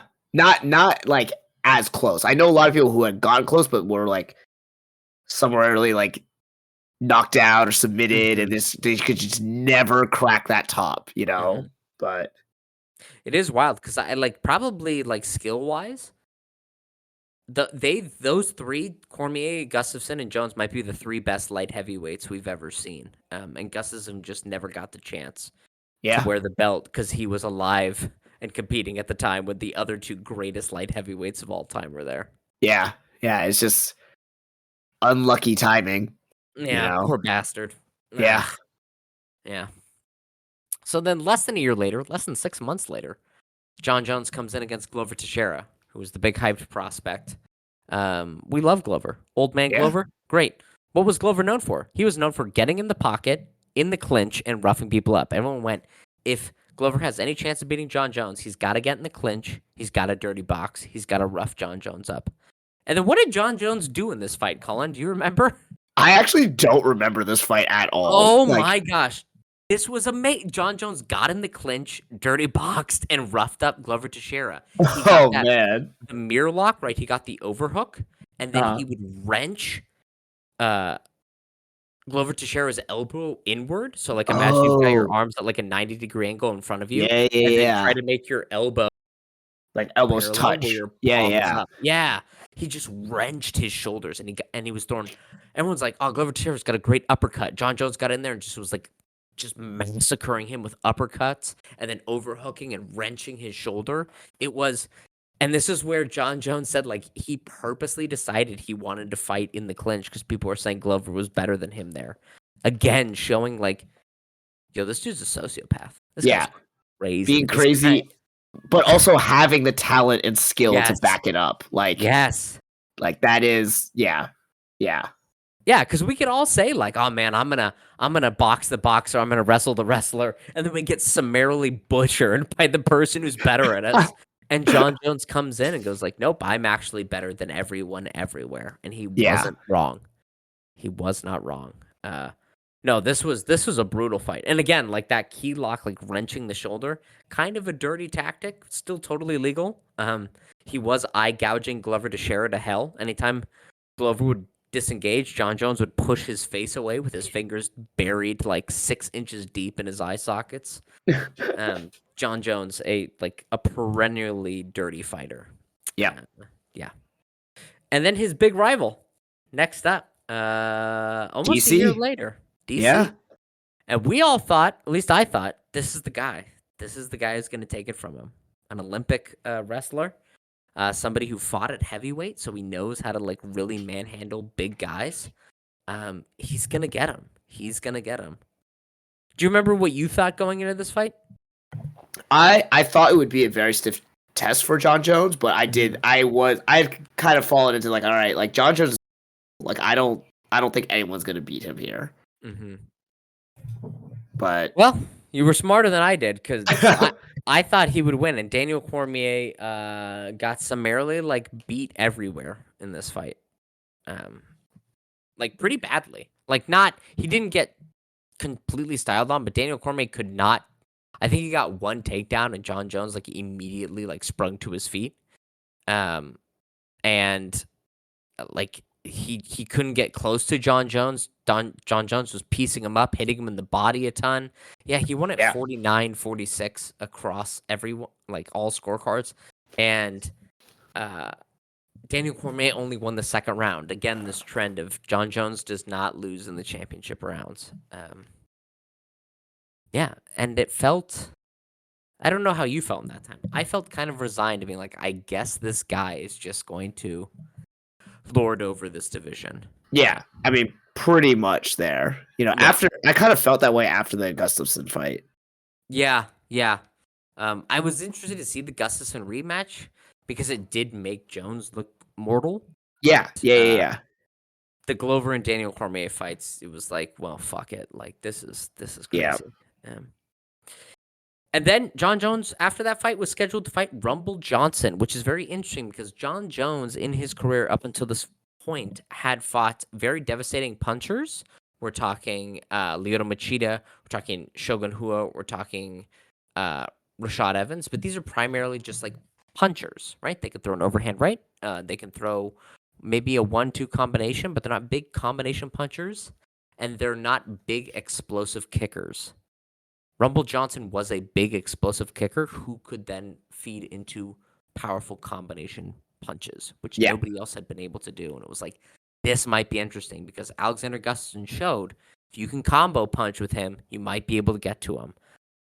But Jon Jones, being the man he is, high on cocaine, hit a pregnant woman with his car in a hit-and-run accident and then fled the scene and was summarily stripped of his title. This would end up being something that Jon Jones does a lot, harm women when he is on drugs and then try to get away with it. He would later abuse the mother of his children, be alleged to do other heinous shit to women, and continually have drug issues. So he was summarily stripped of the title. Daniel Cormier was the one who fought Rumble Johnson, got punched halfway across the cage, but ended up winning. We felt good. Chalk up one for the good guys. Oh, we forgot about that. Daniel Cormier and Jon Jones, the trash talk that went back between them. Oh, Remember yeah. this? This was the first time that the mask really slipped for Jon Jones when he's it was an interview and he was hey, what's up, pussy? And then he's I'm going to kill you in the cage or whatever. And Daniel Cormier's you're crazy. You think I'm just going to let me kill you? And he's you can't stop me. Yeah. Crazy shit. And Daniel Cormier coming out and being my daughter was hit by a drunk driver and died. And then Jon Jones was a drunk driver who hit someone. And Jon Jones couldn't make peace with it. And I think he had at some point said Daniel Cormier should have been watching after his daughter better. And you're wow, you suck, man. You really suck. This is when we started to see him kind of not embrace but fall very obviously into that villain role. Yeah. We saw it kind of creeping out from behind, like you said, behind the mask a few times, when he choked out Lyoto Machida and just did some of these things. And then this was on full bore, Yeah. Because was it the first DC fight or the second one where they had that brawl in the middle of the fucking press conference in that lobby of MGM or whatever? Ooh, maybe that was the first one as well. Yeah. Yeah, I don't remember if it was the first or second, but they had that little stage set up, and then they ran after each other and knocked over all the banners, and cameras were flying everywhere and chairs got knocked over and shit. Yeah, it was. And I can't remember who wrote it. Was it Dan Tom? Somebody at Bloody Elbow, I think. They did an expose where they followed Jon Jones around for a week before the Daniel Cormier fight. And it was so weird because it would be he would say in the interviews, Jon Jones is talking to me endlessly about I want to be a good father. I'm here to be an inspiration for my kids. And I want to be a good husband and blah, blah, blah. And then the waitress would come by and Jon Jones would be here's my number. Call me if you ever need a good time. And you're whoa, Like, it's not even like you hide it, like, it's this total switching of personalities. Wow. Very just like, "Oh, look at me," because he had also come out and been like, "I'm ultra Christian, I'm ultra whatever," and then he's like, "I'm gonna kill this guy," and you're like, "Oh, you're a Yeah. full psycho." Um, so he's stripped of the title and suspended for a year. Yeah. But then he comes back and he is meant to fight Daniel Cormier in the rematch because in that time, Daniel Cormier had won the belt off of Rumble Johnson and defended it against Alexander Gustafsson in another all-time best fight. And he comes back. Daniel Cormier has to pull out, and so it's an interim title fight at UFC 197 against Ovince St. Preux. Do you remember Yep. this fight? Again, it was one of those ones where I remember watching and like I'm sure it was way more impressive than it was, but because like the standard was so high for like what Jon Jones had already previously accomplished, it like doesn't stick out in my mind as much. And it was not an impressive one because Ah. this was a card where we had Yair Rodriguez head kick Andre Philly off of like a chicken wheel kick. We had Robert Whitaker defeating Rafael Natal, like smoking him. Edson Barbosa versus Anthony Pettis, a great kickboxing match. Oh yeah. Demetrius Johnson in his 1-round demolishing of Henry Cejudo. And we were like, holy shit, we're riding high. And then Jon Jones comes out there and throws statistically his lowest output fight ever. And Ovince St. Preux did not throw more than 1 or 2 punches in a combination ever. Oh And yeah, we're I like, remember him like being like so tentative yes, in this it was fight. the Yeah. slowest, most boring shit fight. And this was around Jon Jones and his time off had been powerlifting, and someone thought, like, well, maybe you put on too much muscle. But Jon Jones, who never was a great combination puncher, would throw like a jab, wait 5 seconds, throw a kick, wait 5 seconds. And Ovince St. Preux would throw a jab, maybe a 1-2, but never a third strike. And I remember watching it and going like, bro, if you just put a third strike of anything on the end, you're there to hit Jon Jones. It was a bad fight. It might be. I mean, like before we get to him defeating the new generation, this was like his only bad fight. Like this was, he looked so fucking bad in this. It was terrible. It was a terrible fight. Yeah. Yeah. But he won, right? 50-44 overall. Yeah. Right. And so he wins the interim UFC light heavyweight championship for this. But then, Yep. wait a minute. He's stripped of it because he tested positive for steroids. Oh no. Chael Sonnen told us about this. All these people told us about him hiding under the ring at fucking Greg Jackson's to avoid drug testing. Oh, and it caught up with him. What a bummer. Oh, and he'd hit this woman. Can we believe that he secretly is a good guy and doesn't do drugs? Oh no. Anyway. But then they're like, fuck it. He doesn't need the interim title. It doesn't matter. We will give him a title shot at UFC 200. That'll be the big crowning achievement. Him and Daniel Cormier at UFC 200. What happens 2 days before the fight? He tests I mean, we positive. talked about this. Yeah. Yeah, he tests positive again, which I mean makes it good for Anderson Silva. Anderson Silva gets to have his famous "I'm back" line or "I back." Great. But Jon Jones again can't fight because of a drug issue. So then he comes back a year later, more than a year later, from fighting Ovince St. Preux to fight Daniel Cormier in their rematch. Colin, do you think this is the best fight Jon Jones has ever... Like, is this the best Jon Jones has ever looked in a fight? Huh. Because it's Daniel Cormier at the peak of his powers. And I know it says online it's a no contest, but it's a head kick KO in the 3rd round. Yeah, and those was set up with like kicks to the body and strikes to the body, right? Yeah. Yeah. I mean, okay.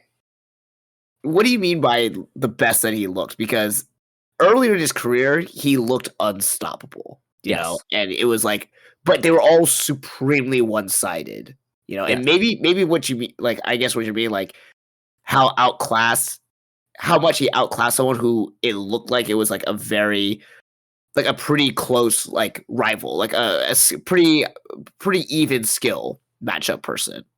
Yeah, what I'm saying is Daniel Cormier at UFC 214 put him up against Shogun Rua at 128, Quentin Jackson at 135, Lyoto Machida at 140, Rashad Evans at 145. All of those people, Yeah. I'm taking that Daniel Cormier to fucking demolish them, and Okay. Jon Jones demolished Demolished that him. Daniel Cormier. Yeah. Yeah. Yeah. Okay. Yeah. Yeah. Yeah. Yeah. Yeah, I mean, it's yeah. When you put it like that, it's kind of hard not to think that, you know. yeah, it's dude, Daniel Cormier looks so good in this fight too. Like, remember this, dude. He looks so fucking good in this fight. He came out, he was throwing combinations, he was fast, he was quick, he was the lightest Daniel Cormier ever looked. He wasn't going Oh, for yeah. takedowns. He was fucking going for it. And here's the thing, he was tagging Jon Jones a ton Yeah. with Yeah. punches Yeah. that were dropping people in other fights, and Jon Jones again ate that shit like it was nothing. Like it was candy, Colin. He was eating it. Didn't matter. And he picked up on the thing that goddamn Stipe Miocic couldn't pick up on. And even when Stipe Miocic, I forgot to say this last time, Stipe Miocic discovered that the left hook to the body made Daniel Cormier lose fights instantly. And then he did that in the second fight, and then he forgot about it for 3 rounds in their third fight, and then did it again. You're like, you figured that out. Jon Jones figured that shit out and was lacing into Daniel Cormier's bodies with knees and Yeah. jabs and even elbows, like upward elbows into the body. And because he had set him up with that, boom, that head kick was there because Daniel Cormier was so worried about getting hit in the body. Yeah. Yeah. It was, I mean, I think the Alexander Gustafsson fight against both Daniel Cormier and Jon Jones was more entertaining. But this might be the highest level a light heavyweight fight has ever been. Mm. Right? Like, Khalil and Alex Pereira was cool, but like it ain't peak of his powers DC, peak of his powers Jon Jones. Like No. Yeah. that's we're talking pound for pounds. They're both in the top 5 fighting. Mhm. Phenomenal, man. Phenomenal. Yeah. Yeah, and he head kicked DC, made him cry, and it hurt me to watch it. Like DC being like, I guess there's no rivalry if you lose 2 times in a row, Yeah. bawling his eyes out, knowing that this man who drinks and drives and hits pregnant women, much like probably the man who hit and killed Daniel Cormier's daughter, that man gets to reap all of the glory and none of the detriment of that type of life. And Daniel Yeah. Cormier trying to make the world fair for a few minutes by beating him and being totally incapable of doing it. Yeah.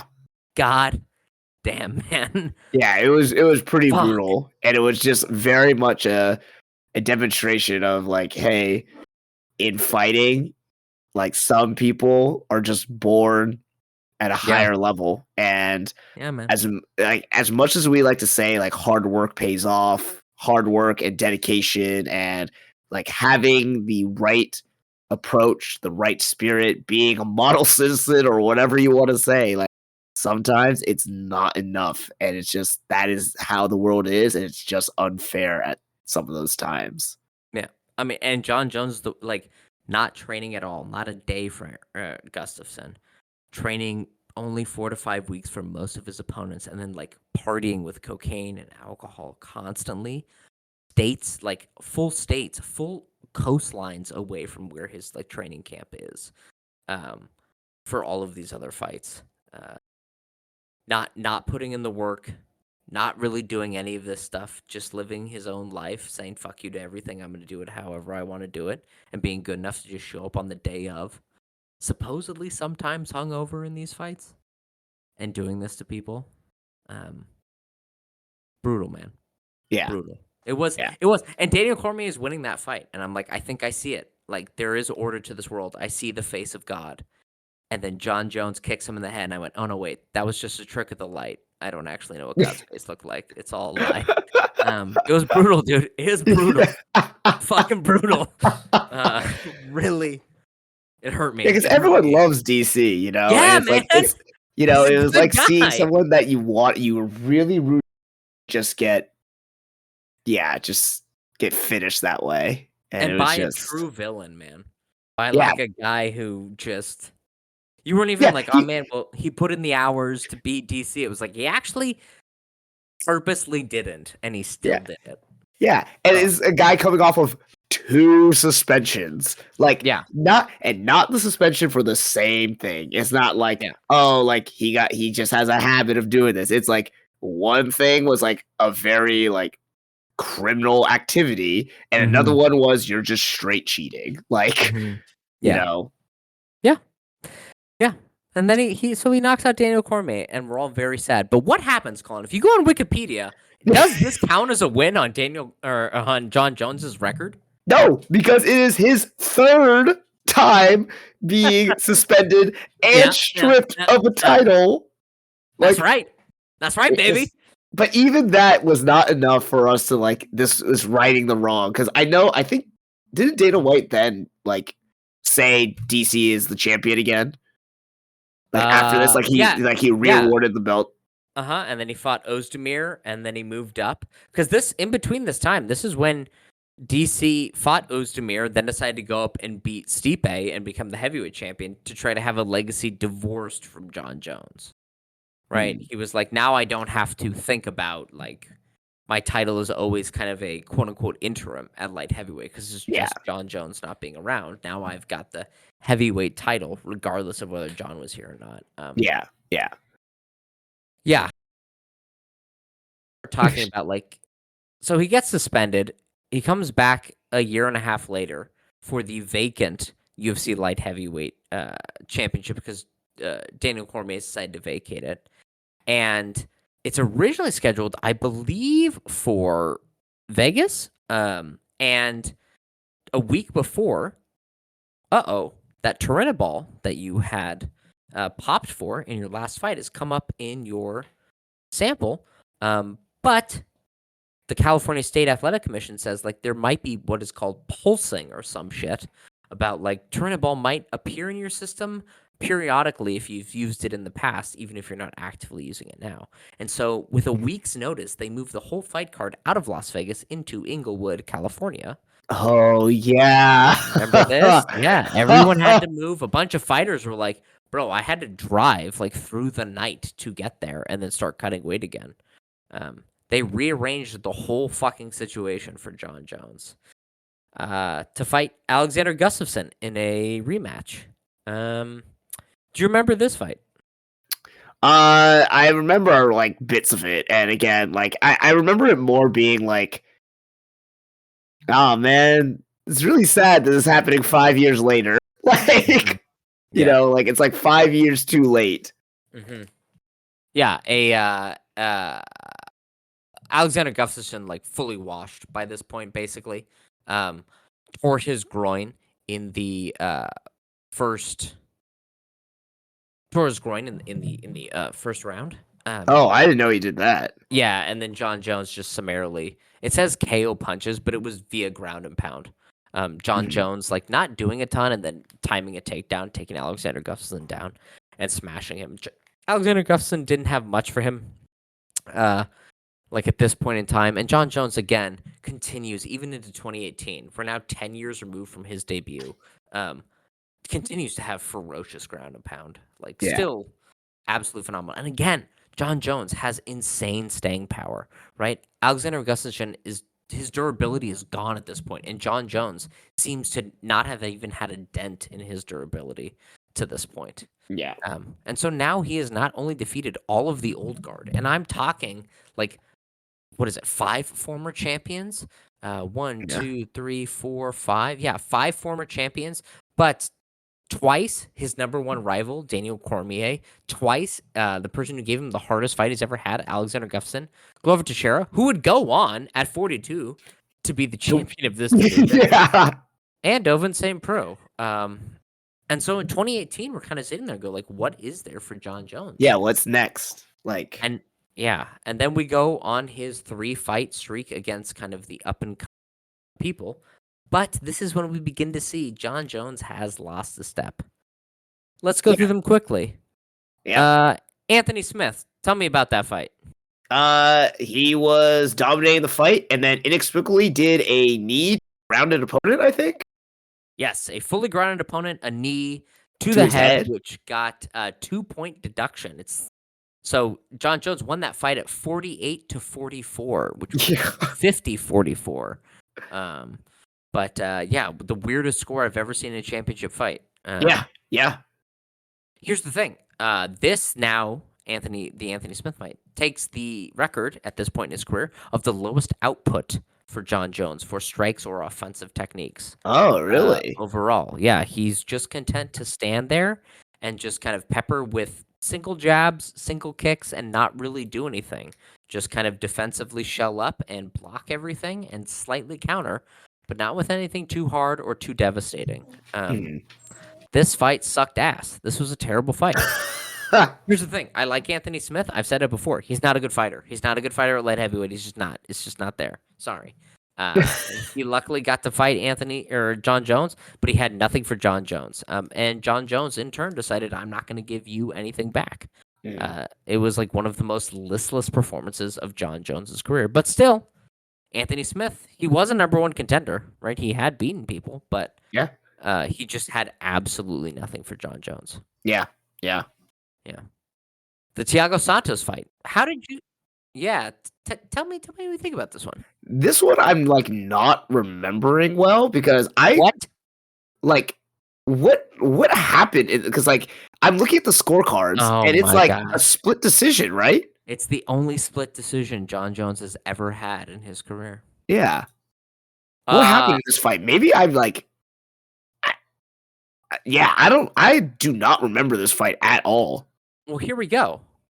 Give it to me. I've always said Jon Jones probably, not I've only, many people have said Jon Jones would probably struggle against someone who is a devastating like kicker who can then quickly transfer into throwing hands, like Mm. throw a low kick and then hands. Guess what Thiago Santos is good at? A low kick and then 2 hooks.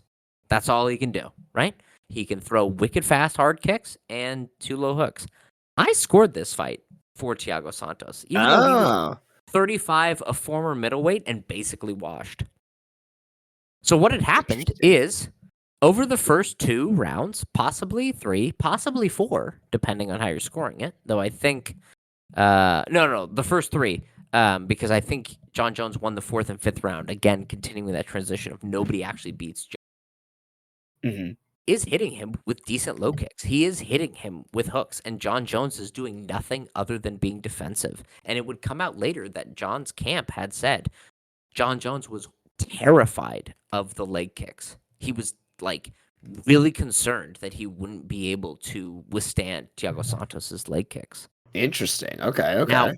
in the first 2 rounds of Thiago Santos throwing those leg kicks, he threw them with such power and such poor technique that it turns out he blew out both of his motherfucking ACLs in the first What? 3 rounds of this fight. You don't remember this? And him hobbling around the cage, sometimes falling over because he couldn't stand because he blew out both of his Oh. knees?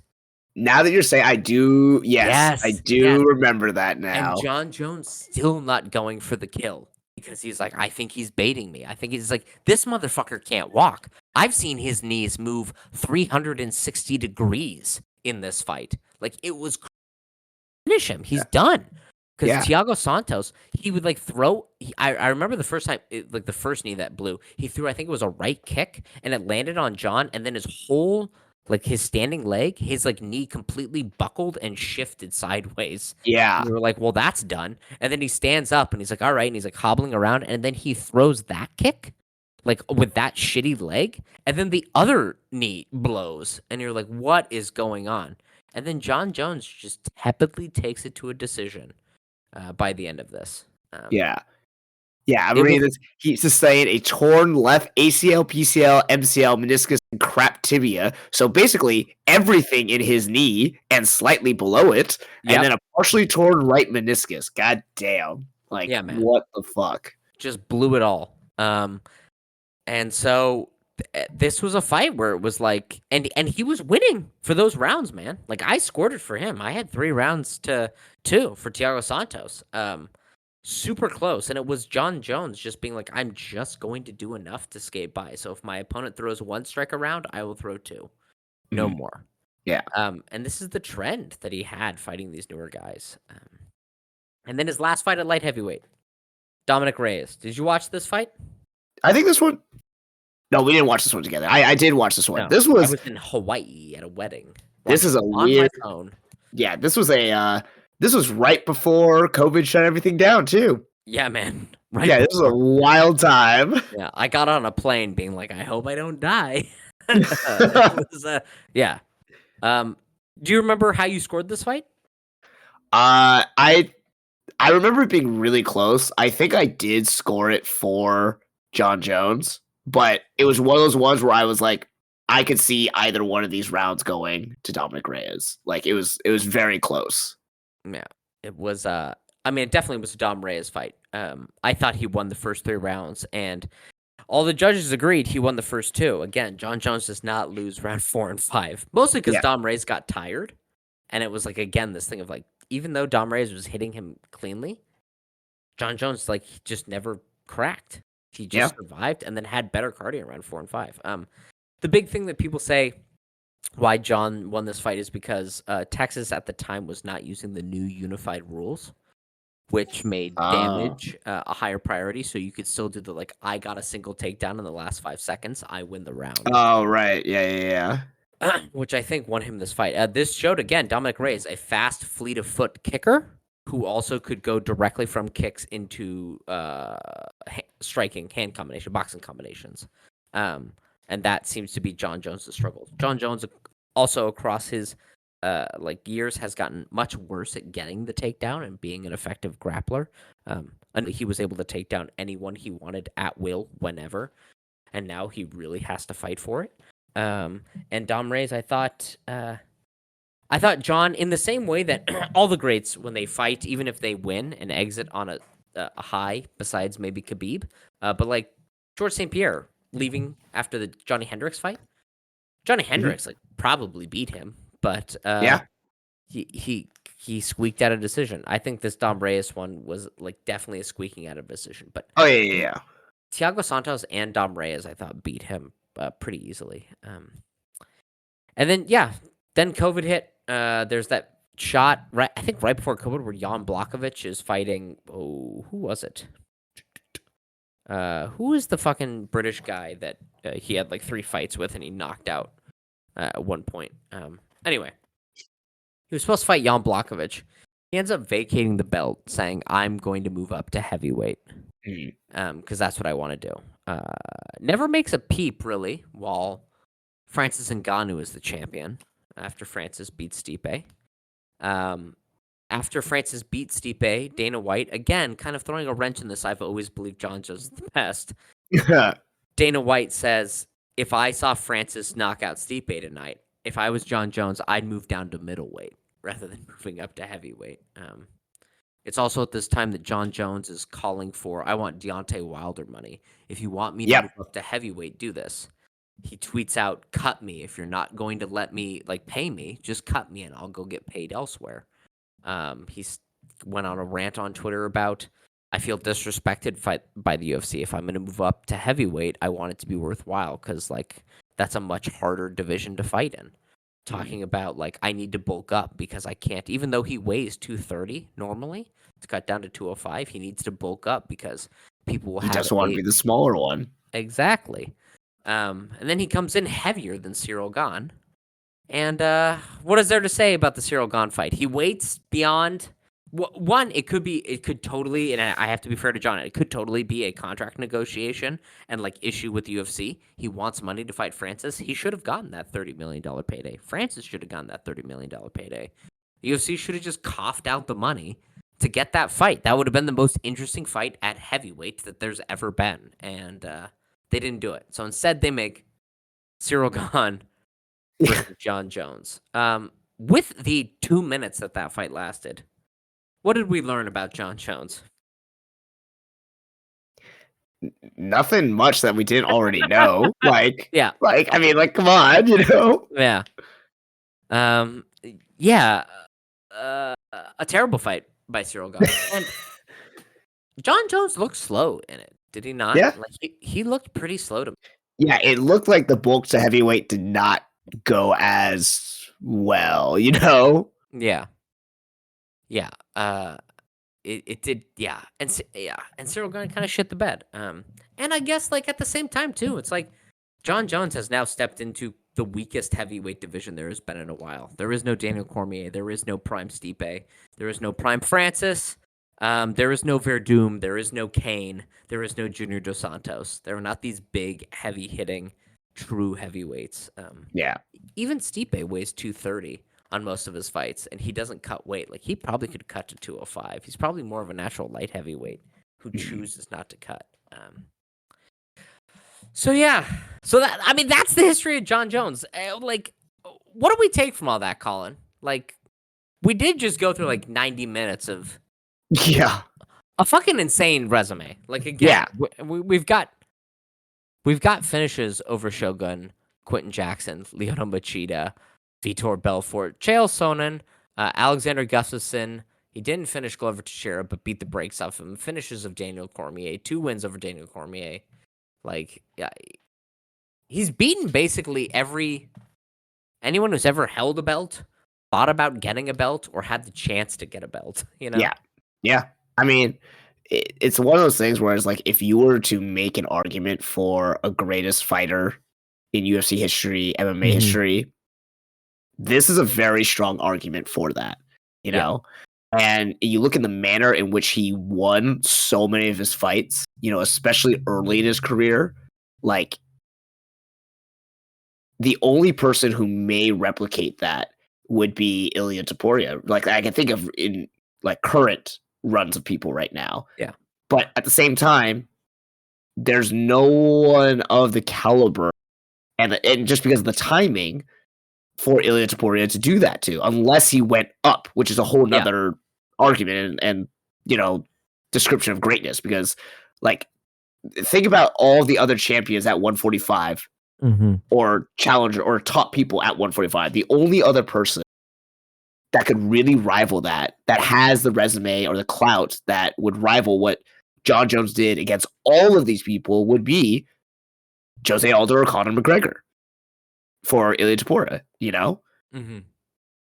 Will those ever happen? Probably not, you know? So, like, if you just look at the names and the manner of which and the impact that Jon Jones had on sport, it's really hard to not say he is the current greatest fighter, you know?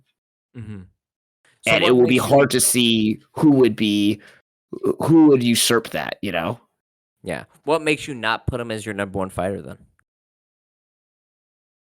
I just don't like him as a person. That's good. Well, I mean, at least you're honest. Like that's Yeah. that's good. Yeah, it will be right because he entered the most storied, prestigious division at the time, at a time when Yeah. it was like at its At strongest. its height, yeah. Yeah. Yeah. So it is hard to. It would be, I guess, like Johnny Hendricks beating. If Johnny Hendricks had beaten George St. Pierre and then beat Robbie Lawler and then beat Rory McDonald and Tyron, like if he, I mean, Jon Jones, regardless, like if you remove the no contest, like because he never lost it to another person, the Yeah. belt, he lost it because of being stripped. He would have had 15 title defenses. Yeah. Like nobody else has 15 title defenses. Like it's an unheard of number, and to have the majority of those be a finish is crazy, right? Because like Yeah. even if Ilya Taporia beat Volk and Max, he still needs to defend it 13 more fucking times. Like Yeah. it's hard to break 5 defenses. You know what I mean? Yeah. Like, that's crazy. Actually, they have to defend it 14 more times. Like that's crazy. Yeah.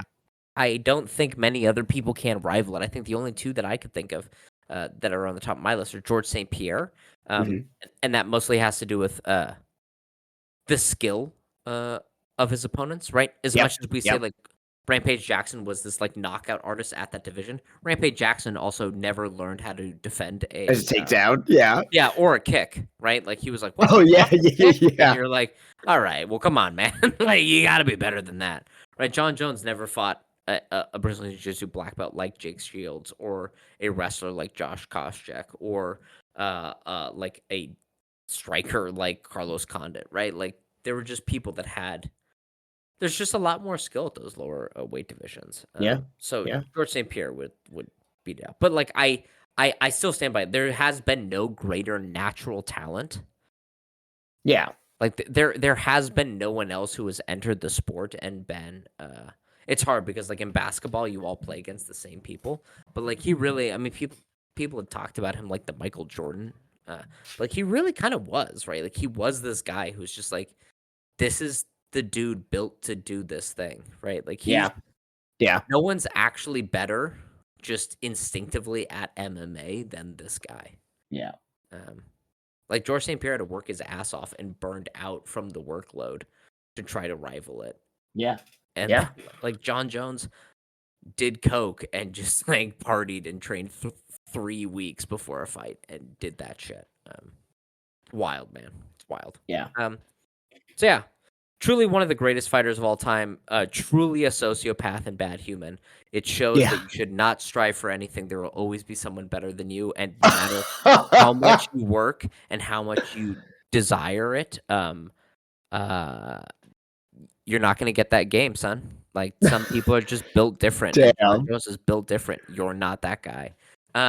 Yeah, That's a that's rough message. That's a yeah, rough man. takeaway. It is a rough takeaway, but here's the good takeaway. Jon Jones has been slowing down quite a bit in his latter fights. Yeah. He seems terrified of getting kicked hard, and he seems terrified of people that could big brother him more than anyone else he has ever fought.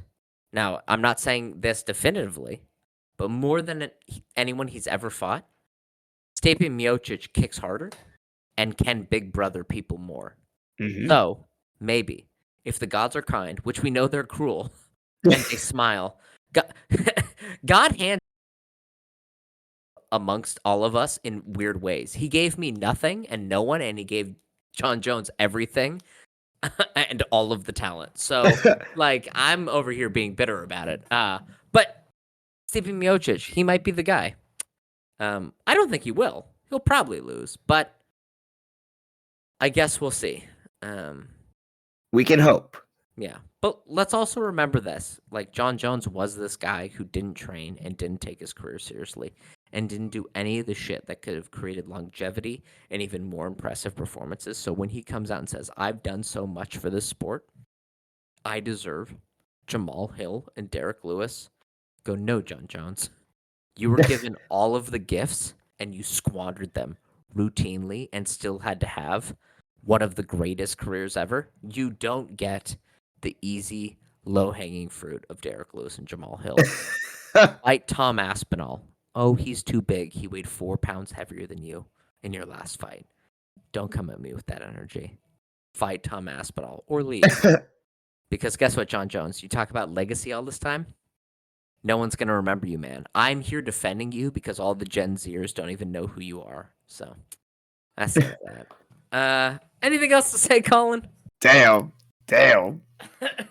It's I love true, it. man. Well, I it is love it. weird because it is like the Jose Aldo thing where people are like, Jose was never that good, and we had to put that thing and being like, hold on a minute, he was actually very good. People were Yeah. doing that with Jon Jones, and I hate Jon Jones, and I'm like, hold on a minute, if you were watching him, it was like it was like watching an actual Marvel superhero beat the shit out of real humans, and you're like, this Yeah. isn't fair, this is not cool, and people Yeah. were like, Yeah. he wasn't actually that good, and then you're like, because he's not that good, he should fight Derek Lewis. I'm like, how dare you? How Yeah. dare you? No, it's yeah, he's phenomenal. And he always has been. Much to I our dismay.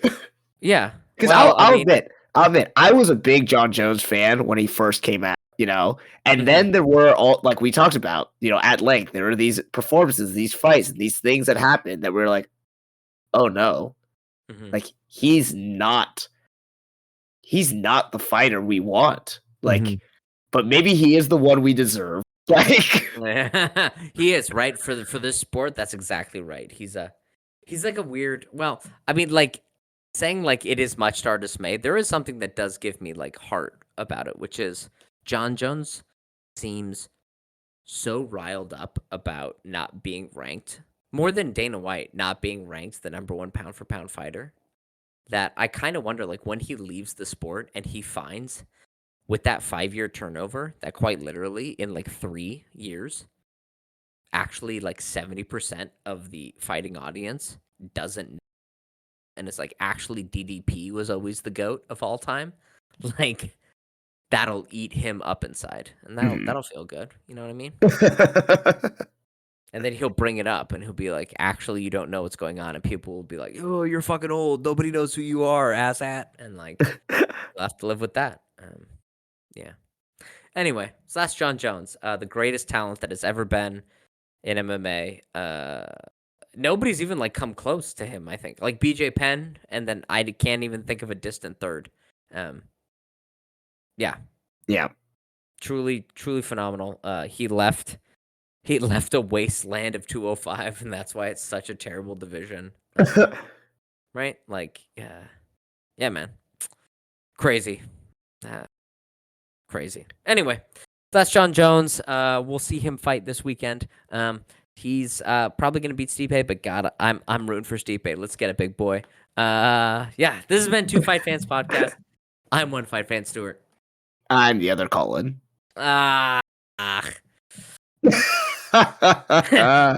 Join us on Tuesday. We're gonna talk about Jon Jones, Stipe, Tyson, Paul. It could be a national day of mourning. I don't know.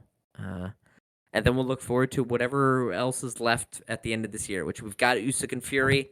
The UFC fights, not so much better.